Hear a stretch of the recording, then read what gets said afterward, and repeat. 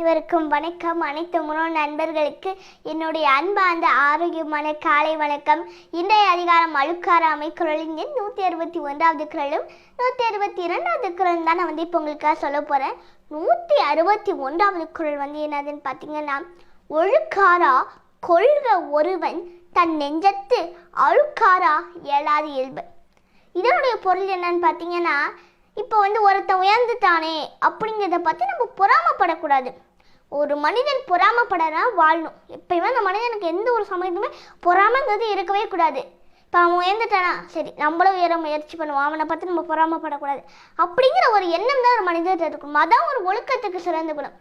எப்பயுமே மற்றவங்களுக்கு பொறாமே படக்கூடாது. நம்மக்கிட்ட என்ன இருக்கோ அதை வச்சு தான் வாழணுமே தவிர மற்றவங்களை பார்த்து பொறாமப்படக்கூடாது.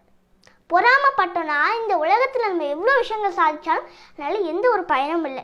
மற்றவங்களுடைய கல்வியை பார்த்தோம், மற்றவங்களுடைய செல்வத்தை பார்த்தோம், மற்றவங்களுடைய காசை பார்த்தோம், மற்றவங்களுடைய பணத்தை பார்த்தோம், நம்ம ஆசைப்படவே கூடாது. அதனால ஒரு மனிதனுக்கு எந்த ஒரு பிரயோஜனமே இல்லை அப்படிங்கிறதான் நம்ம வள்ளுவர் முதல் குறளை பொருளாக சொல்லியிருக்காரு. அடுத்த குறள் என்னன்னு பார்த்தீங்கன்னா, விழிப்பேற்று நகத்தோப்பது இல்லை யார் மாற்றும் அழுக்காற்றின் இன்மை பெரிய. இதனுடைய பொருள் என்னன்னு பார்த்தீங்கன்னா, ஒரு மனிதன் எவ்வளோ பெரிய பகவீராக இருந்தாலும், எவ்வளோ பெரிய ஒரு செல்வம் அவன்கிட்ட எவ்வளோ செல்வம் இருந்தாலும் மற்றவங்களை பார்த்து பொறாமப்படாமல் இருக்கணும்யா. அதான் ஒரு மனிதன் சிறந்த குணம். அதை விட வேறு எதுவுமே அவன்கிட்ட சிறந்த குணம் இல்லை.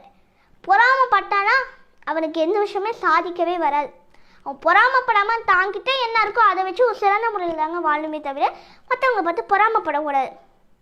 ஒரு மனிதன்கிட்ட என்ன இருக்கோ அதை வச்சு வாழணும். அதான் நம்ம வள்ளுவரோடைய மிகப்பெரிய கருத்து. இதே மாதிரியே அழுக்காராமையில் இருக்கக்கூடிய எல்லா குறளுமே பொறாமை இல்லாமல் இருக்கணும் அப்படிங்கிறது சம்மந்தப்பட்டதாக தான் இருக்கும்.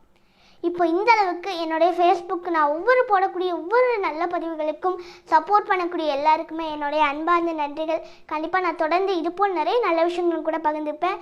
அனைவருக்கும் நன்றி. வாழ்க வளமுடன். வள்ளுவன் புகழை நாம் என்றும் போற்றுவோம்.